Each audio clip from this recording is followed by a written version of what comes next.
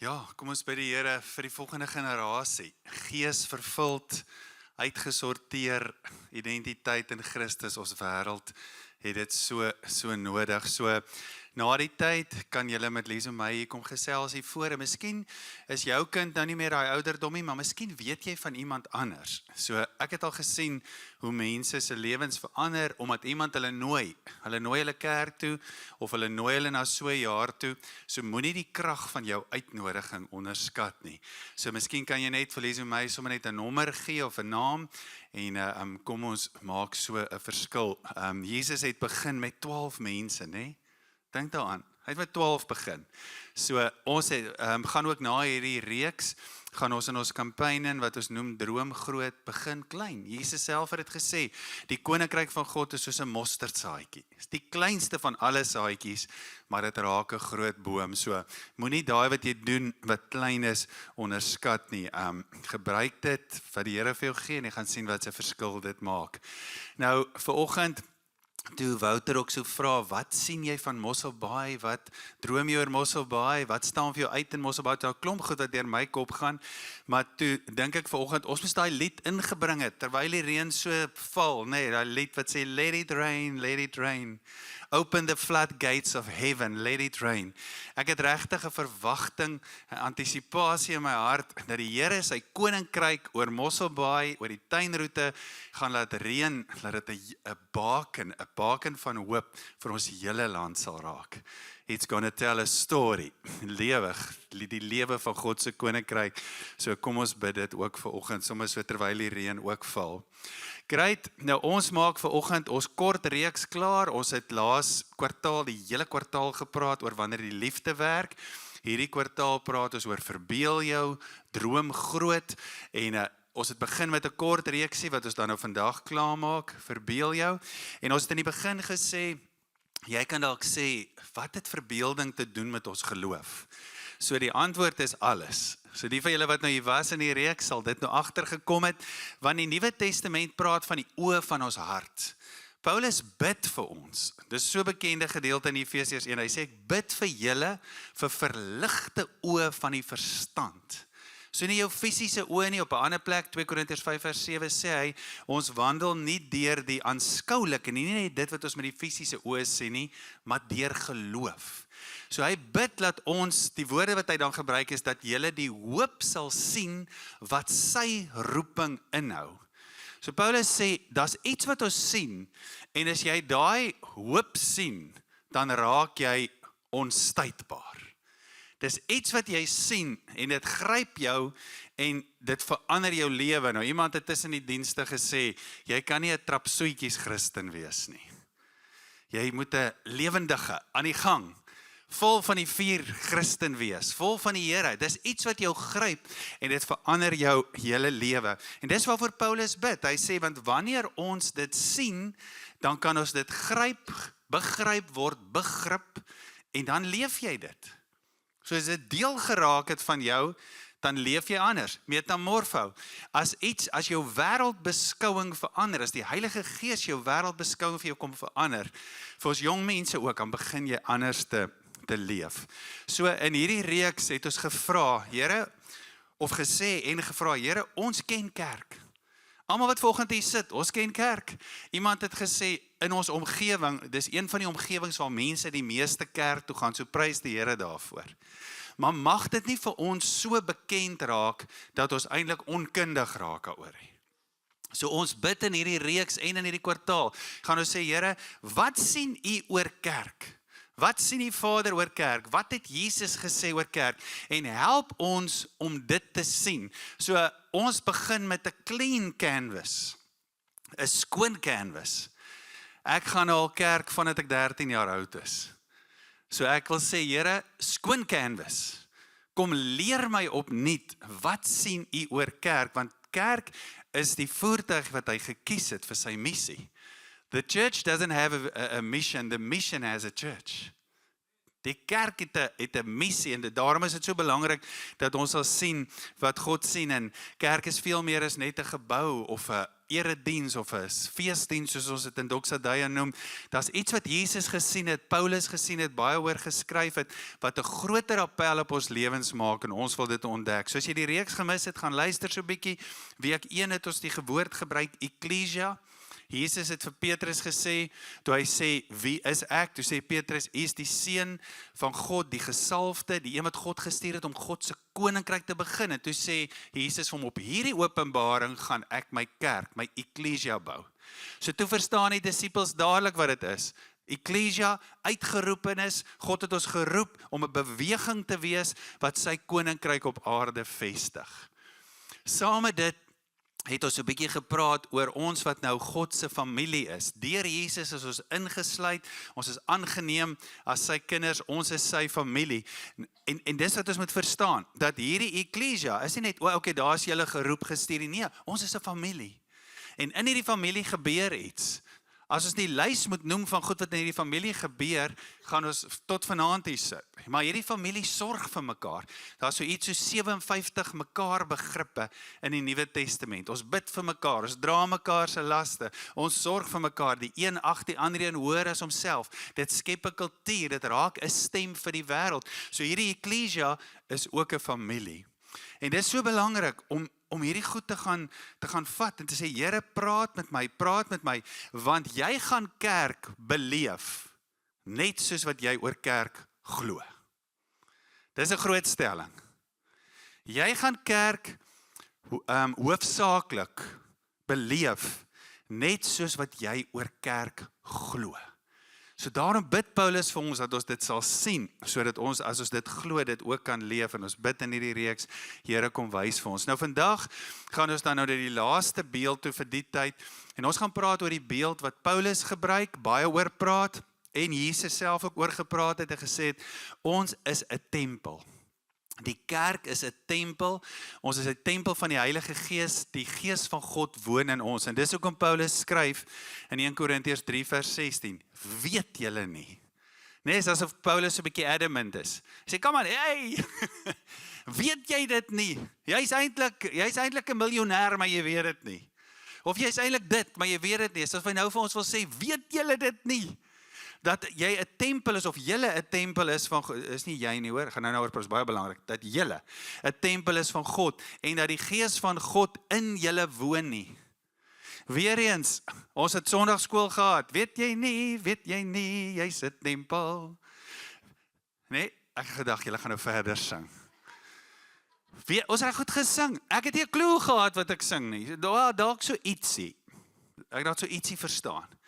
Maar soos wat jy groei in die geloof, en soos wat die Here kans gee met jou te praat, ontdek jy dit, weet julle nie, dat julle 'n tempel is van God, en dat die Gees van God in julle woon nie. God het jou gekies as sy woonplek, hy het die kerk gekies as sy woonplek, dis waar hy woon. En vanoggend toe ons daar in die kring staan en bid voor die dienste begin, toe sê ek vir ons, dink net gou 'n bietjie daaraan, dink net soos kinderlik daaraan. Die Gees van God. Die Nuwe Testament praat ook van die Gees van Christus.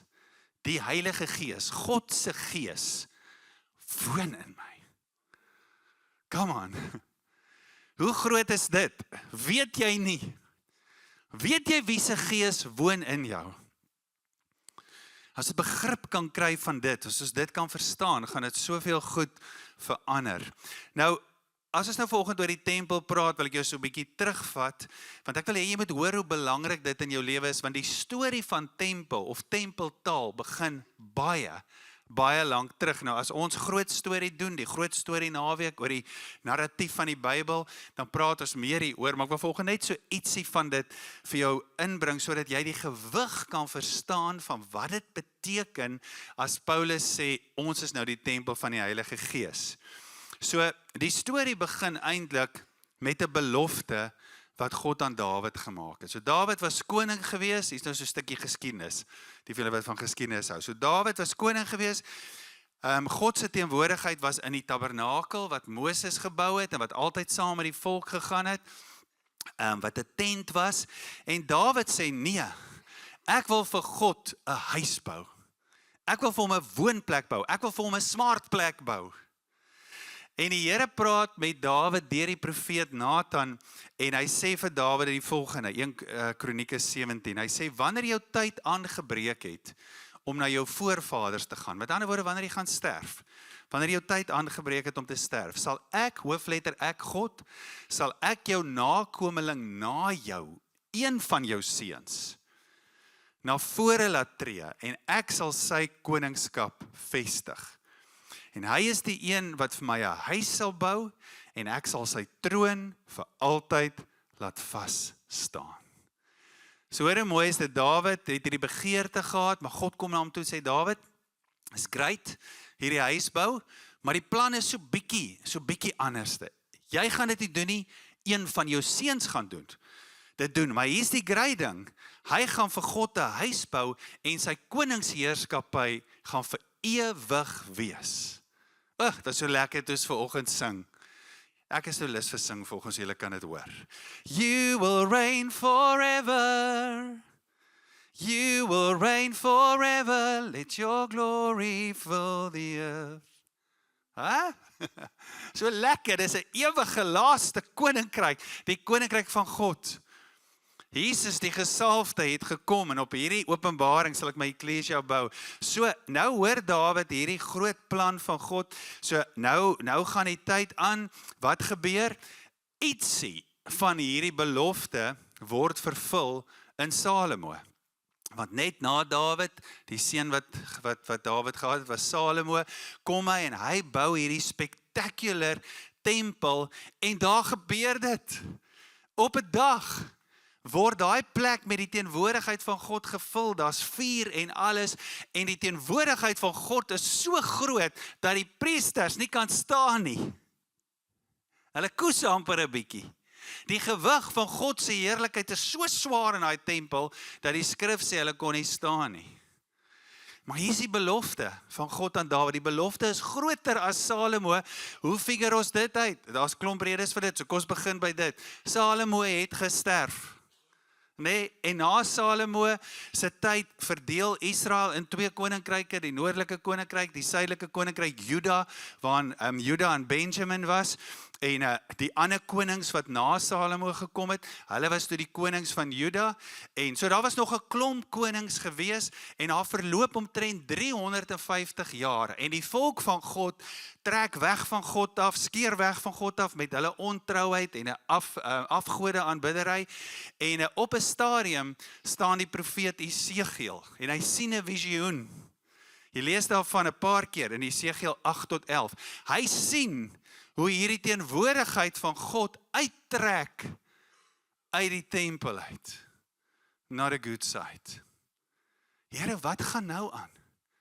Hy het gesê, een van my seuns, as Dawid sou kon praat, hy het gesê, een van my seuns gaan koning word, hy gaan vir my 'n huis bou, dit gaan 'n blywende huis vir my wees, dis waar ek gaan bly, en my koninkryk gaan vir altyd wees. Wat is besig om hier te gebeur?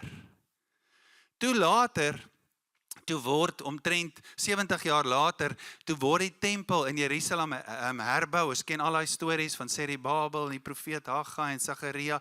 So die tempel word herbou en daar is 'n profeet, 'n klein profeet Haggai, ook Sagaria en selfs Esegiel, maar die grootte wat ons ken is Haggai.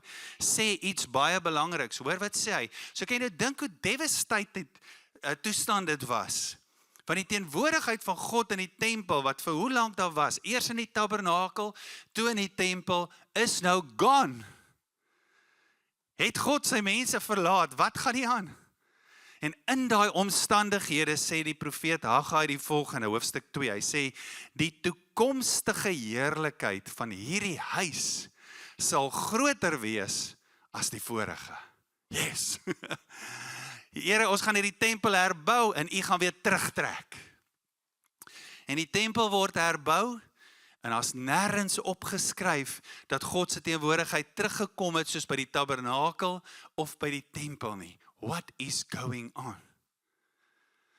So die volk sit nog steeds met hierdie belofte. God het gesê, een van Dawid se seuns gaan vir hom 'n blywende huis bou en hy gaan daar woon en sy koninkryk, sy heerskappy gaan vir ewig wees. Nou weet ons, daar tussen die einde van die Ou Testament en die Nuwe Testament is daar 400 jaar stilte. En dan kom ons nou uiteindelik weer by die storie by die tempel. Daar's 'n koning Herodes. Hy het nou die tempel baie groter gemaak, maar die teenwoordigheid van God is nie in die tempel nie. God se teenwoordigheid het nog nie teruggetrek nie. En hoor gou wat gebeur in Johannes 2. Dis nogal 'n lang gedeelte, maar ek gaan hom vir jou lees. Luister hom soos 'n storie. Jesus is by die tempel tydens die Pasga en hier's wat gebeur. Die Pasga van die Jode was op hande en Jesus het opgegaan na Jerusalem. Op die tempelterrein het hy verkopers van beeste, skape en duwe aangetref en ook die geldwisselaars wat daar sit. Daarop het hy 'n sweep van toue gemaak en almal van die tempelterrein weggejaag. Ook die skape en die beeste. En die munte van die geldwisselaars het hy uitgegooi en die tafels omgekeer.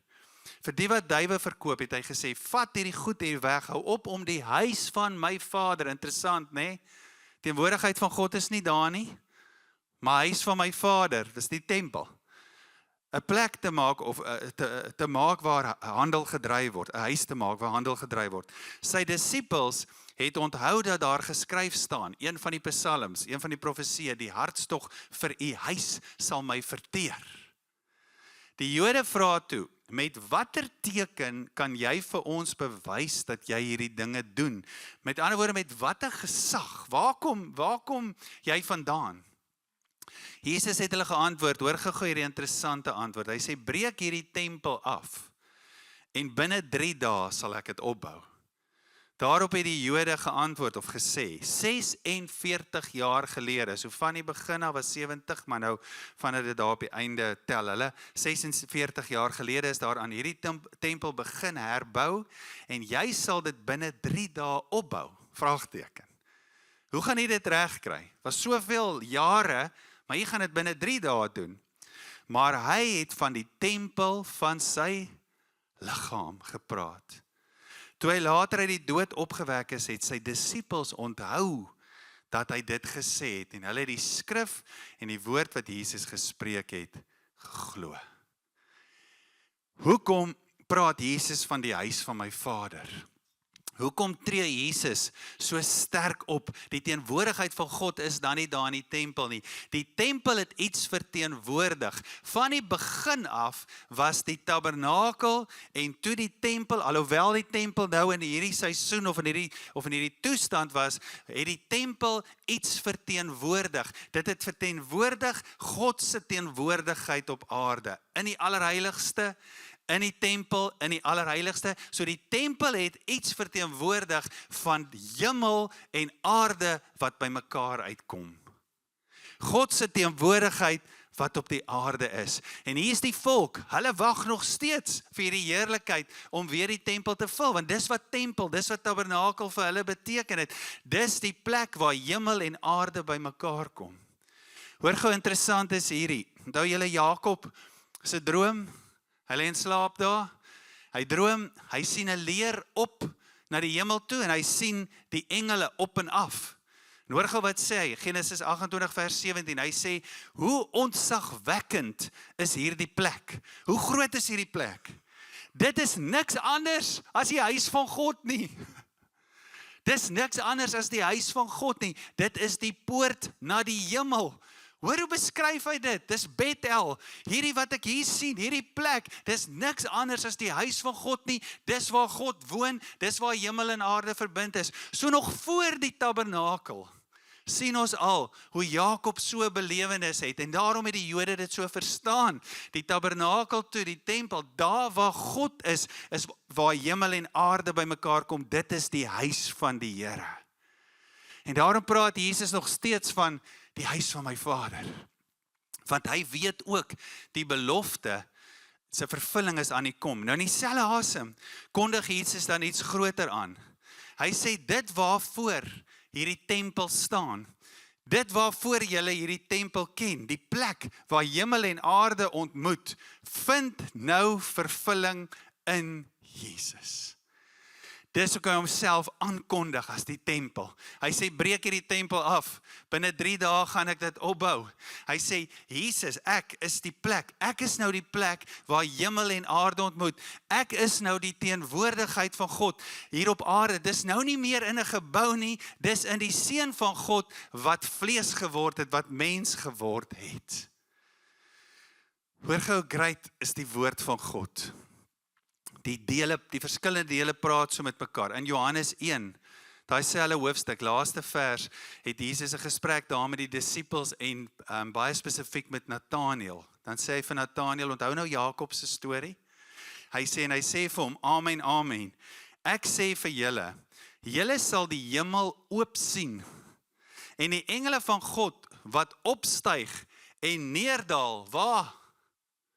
Nie by Bethel nie, op die Seun van die mens. Kan ons net op die stoele spring of iets nie? Die teenwoordigheid van God is nou nie meer daar in 'n vertrekkie, in 'n tent nie. Ook nie in 'n groter vertrek, in 'n spectacular tempel nie. Dis nou op God se Seun, die een wat hy stuur, die Christus, die gesalfde, sodat almal dit sal sien. Hy is nou die tempel, hy is die ware ontmoetingsplek tussen God en mens en tussen hemel en aarde. En dit is hoekom Johannes dan skryf, hy sê in daai selfe hoofstuk 14, hy sê die woord het vlees geword en onder ons kom woon. Die oorspronklike taal, onder ons kom tabernakel. Onder ons kom tempel, en ons het sy heerlikheid aanskou, 'n heerlikheid soos die van die unieke Seun van die Vader. Hoor jy hierdie storie? Hoor jy hoe groot is dit, dat ek en jy die tempel van die Heilige Gees is? Jakob se storie, die tabernakel, God trek in. Daar's vuur, daar's 'n klomp goed wat daar gebeur. Die tempel trek in. God se teenwoordigheid is daar in die tempel. Hoor jy hoe groot is dit? Dit alles het 'n storie vertel. Dit alles het vertel dat Jesus gaan kom en hy gaan hemel op aarde sigbaar maak, tasbaar maak, lewendig maak. Hy self, God self gaan naby kom. Hier is nou so Pinkstersondag. En hier is eintlik nou 'n groot deel van die hele evangelie wat ons vanoggend deurgaan. So wat hoor ons hierso? Jesus sê, ek is die ware tempel. En dis nou sigbaar. Oral waar Jesus beweeg het, was hemel en aarde verbind. Maar hier's die groter deel nog van die storie. Dis hoekom Jesus gesê, dis voordelig dat ek weggaan, sodat ek my gees kan uitstort.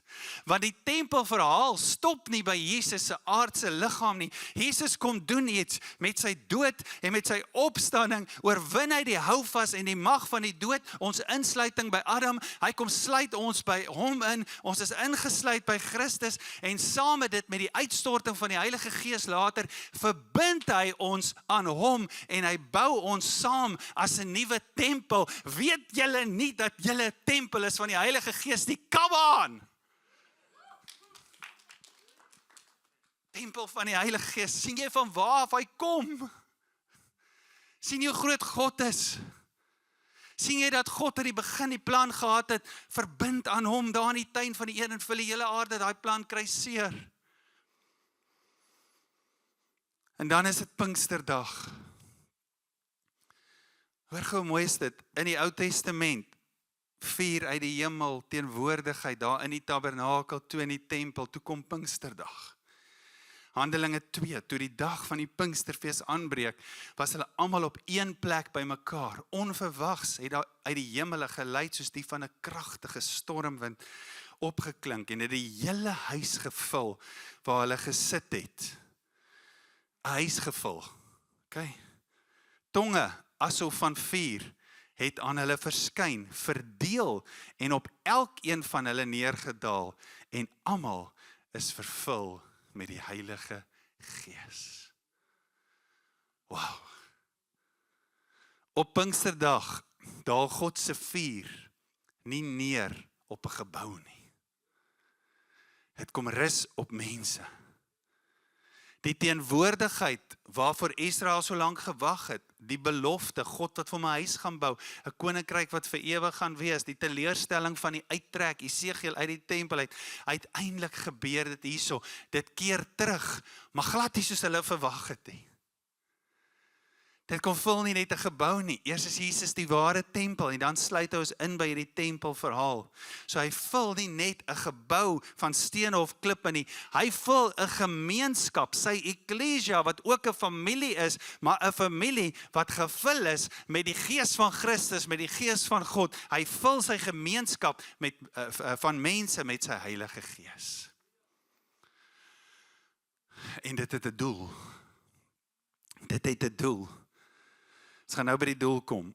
So Pinkster is nie net die geboorte van die kerk nie. Ons spreek dit baie en dit is die Pinksterdag is die geboorte van die kerk. Eerste gelowiges 3000 terwyl Petrus preek. Maar wat is Pinksterdag ook? Dis die inwyding van God se nuwe tempel. Gaan ons dit weer lees. Pinksterdag is die geboorte van die kerk, maar is ook die inwyding van God se nuwe tempel. Terug na ons eerste skrif toe, 1 Korintiërs 3 vers 16. Weet julle nie dat julle 'n tempel is van die Gees van God wat in julle woon nie? En hoor hoe mooi sê Paulus dit, hy sê julle, né? Julle. Ek het nou hom verkeerd uitgespreek, toe korrigeer ek my. Is nie jy nie, dis julle. Julle is 'n tempel. Dis meervoud. Julle is meervoud, maar tempel is enkelvoud. So Paulus sê nie, elke gelowige is nou maar net sy eie tempeltjie van die Heilige Gees nie. Ja, jy is 'n tempel van die Heilige Gees. Ons lees dit op 'n ander plek ook, maar hy wil iets meer hier sê. Hy sê, elkeen is nie sy eie klein tempeltjie nie. Ons is saam 'n tempel. God se Gees kom woon in elkeen van ons, maar dan bou God 'n tempel saam wat 'n doel het. So Paulus gebruik 'n ander beeld, ons laaste skrif.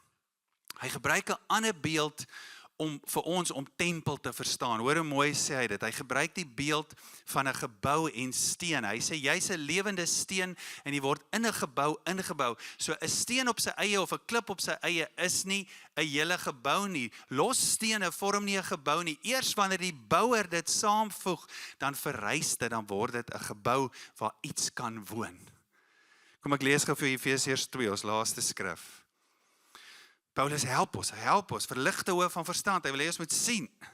Hy sê, soos julle dan nie meer vreemdelinge en bywoners nie, maar julle is medeburgers van die heiliges, eklesia, burgers van die hemel hier op aarde, en lede van die huisgesin van God, familie van God, gebou op die fundament van die apostels en die profete met Christus Jesus self as 'n hoeksteen, en dan in hom verrys die hele gebou goed saamgevoeg tot 'n heilige tempel in die Here. In hom word julle ook saam opgebou tot 'n woonplek, belofte, doel vir Dawid. Julle word opgebou tot 'n woonplek van God deur die Gees. Ja, al drie beelde.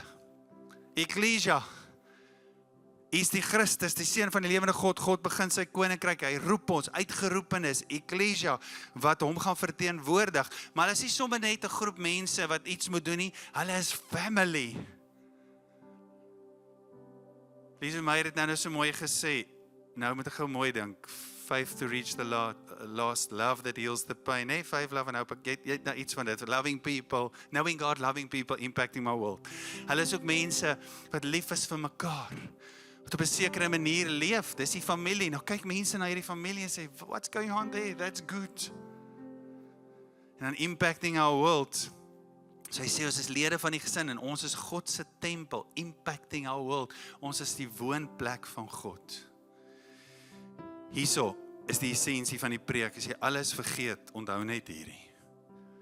As die storie vertel word van Jakob af, eintlik voor dit, eintlik nou van die tuin van Eden af, maar kom ons begin al by Jakob. As die storie vertel word, die poort oop. As iets van daai wat Jakob daar beleef, die tabernakel, die tempel waar God se teenwoordigheid was, as dit in die Bybel, in die geskiedenis, die plek was waar hemel en aarde ontmoet het. Wat beteken dit nou? Wat beteken dit nou dat ons nou die tempel is? Wat beteken dit?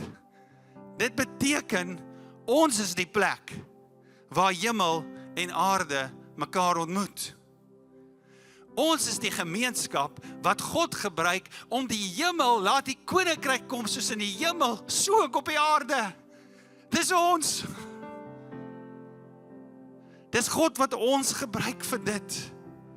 Nou kan jy hom vat, ek wou dit doen, maar as die tyd nie. Nou kan jy hom vat, nou kan jy hom gaan prakties maak. Nou kan jy sê, Here, u teenwoordigheid, hoe lyk dit? Hoe lyk dit? As iemand vir iemand anders vergewe, hemel en aarde ontmoet. As ek my oor iemand ontferm, daai persoon ervaar die liefde van God. Wat's dit? Hemel en aarde ontmoet. Dink bietjie, hoe kan die lysie lyk? Wanneer ontmoet hemel en aarde? Alles wat Jesus gedoen het. Dink gou, alles wat Jesus gedoen het, hoe hy geleef het. Dit was hemel en aarde ontmoet. As jy my gesien het, het jy die Vader gesien, het Jesus gesê. Nou, soos ons reeds al die afgelope 3 weke gesê het, ons gaan in die volgende tyd, so saam met die campaign, gaan ons sê, hoe lyk dit in my lewe, Ecclesia prakties, familie prakties, tempel van God prakties, hoe leef ek dit prakties uit, soos wat Jesus dit uitgeleef het, en dis ook om jou wil vra om dit nie te mis nie. Maar saam met dit vanoggend, wil ek vir die volgende vraag, sluit gou jou oë. Wil ek eers vir jou vra en sê, hoor jy vanoggend die storie van tempel, hoor jy God se amazing plan? Hoor jy die belofte aan Dawid? Hoor jy dat jy ingesluit is by dit? Jy's ingesluit by dit. Ek het dit volgende eers op die skerm gehad, maar Paulus sê ook op 'n stadium, hy sê, word vervul met die Gees. Word aanhoudend, deurlopend vervul met die Gees. Hoe werk dit? Ek weet nie. Maar ek weet hy doen dit. Wanneer God se woord met jou praat, wanneer sy Gees met jou praat, wanneer jy by sy familie is, wanneer jy alleen in jou stilte tyd is, dan word jy bewus van God se teenwoordigheid, 'n vervulling met die Heilige Gees. Dis hoekom hy sê, moenie dronk word van wyn nie, daarin is losbandigheid, maar word vervul met die Gees. So dis iets, dis soos 'n invloed waaronder jy leef. As hy word vervul met dit. Dis 'n opdrag. Maak seker dat jy vol is van dit. Kom na God toe, don't run away from God, run to Him. Veral as die moeilikheid stryk, as die wêreld jou wil moeg maak, hardloop na God toe, word vervul met die Gees. So volgende die eerste ding net dit, om te sê, Here, dankie, vul my met U Gees. Die Gees is uitgestort op Pinksterdag. Elkeen wat hom aangeneem het, het hy die reg gegee om kinders van God te word. Dis 'n werk wat deur die Gees gedoen word. En dan is daar die tye en die geleenthede wat ons sê, Here, maak my vol, vul my met die Gees, onder beheer van die Gees. Help my vandag om hierdie ook te sien en hierdie te verstaan. En dit as heilig te hanteer, want ek verstaan die roeping. Saam met dit volgende wil ek jou nooi en sê, Here, in hierdie 3 weke, wat is daar van Ecclesia, van familie, van tempel, wat ek geleer het, wat ek nou wil my eie maak? Maar wat is daar ook van hierdie 3 beelde, wat ek dalk verkeerd verstaan het, wat afgebreek moet word? Dan wil ek jou ook volgende vra, Here, kom breek dit af, clean canvas, skoon canvas. Die appel van dit, die gewig wat ons van dit beleef, is God het 'n kerk, waar hy iets baie groots wil doen. Help ons, Here, om dit te embrace, dit te ontvang, te begryp, dit te gryp, begrip te maak, sodat ons dit kan leef. Ek dink aan Efesiërs 1 se einde wat sê, Christ is the head of the church. The church is Christ's body. And as the church speaks and acts, He fills everything with His presence. Temple, temple, temple. He fills everything with His presence. Hoor volgend, jy is goed genoeg. Jy is goed genoeg, want Jesus se bloed het jou skoon gewas. Jy is goed genoeg, want hy het jou gekies, voor jy hom gekies het. Hy het jou lief gehad, voor jy hom lief gehad het. Hy het vir jou op die horison staan en kyk, voor jy teruggekom het. You are good enough. You are good enough. Chosen. Julle is 'n heilige volk, 'n heilige nasie, 'n koninklike priesterdom, om die deugde van God, the virtues of God, to make that known, om dit bekend te maak. God het jou gekies, dis sy plan.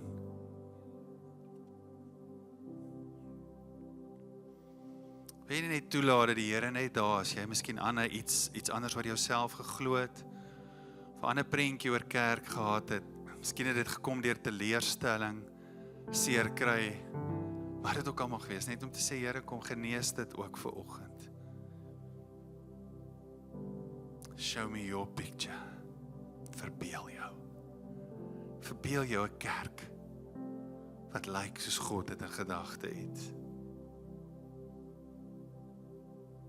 Heilige Here, heilige is U naam.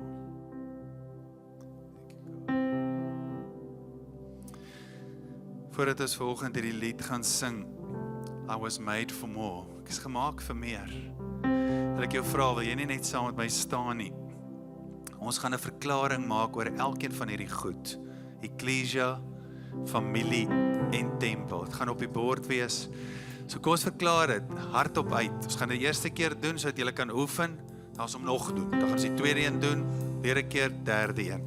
So dankie Nikkie, kom ons sit dit gou daarop. Kom ons sê daai eerste een. Ons gaan nie net kerk toe nie. Ons is die kerk. God se ecclesia. Okay, julle het nou lekker geoefen. Kom ons sê hom hard. Ons gaan nie net kerk toe nie. Ons is die kerk. God se ecclesia. God se uitgeroepenis. Ons besoek nie net God se huis nie. Ons is God se huisgesin. Ons behoort aan hom en aan mekaar. Kyk, ons doen hom weer. Ons besoek nie net God se huis nie. Ons is God se huisgesin. Ons behoort aan hom en aan mekaar. Ons is sy tempel, gevul met sy gees, en ons dra sy teenwoordigheid die wêreld binne. Okay, nou om hierdie moet ons hard sê, want ons is sy tempel. Kan ons hom hard uitdoen? Hier gaan ons. Ons is sy tempel, gevul met sy gees, en ons dra sy teenwoordigheid die wêreld